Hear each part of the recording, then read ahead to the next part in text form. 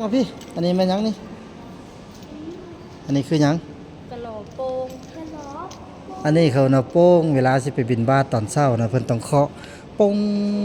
ปงปงปงปงปงปงปงแล้วก็เตือนให้เขาออกตอนญาติโยมทำฮู้ว่าข้อยกำลังสิไปบิณฑบาตเด้อว่าข้างนอกก็ยังตกแต่งนี่เป็นนอกเห็น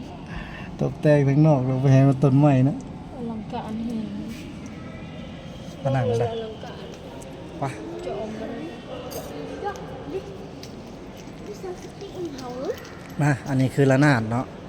อันนี้ก็ดนตรีลาวดนตรีไทยก็เฮ็ดใส่อยู่ในนั้นอันนี้ก็เจ้าแม่กวนอิมท่านแม่เจ้าแม่กวนอิมเนาะอันนี้ก็เป็นไ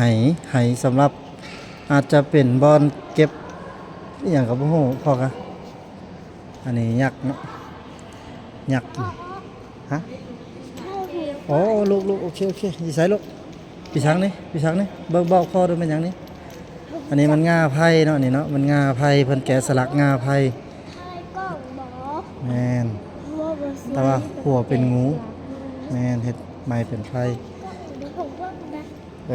ลูกขี้ท้ายให้บ่จับนี่จับกองพ่อนี่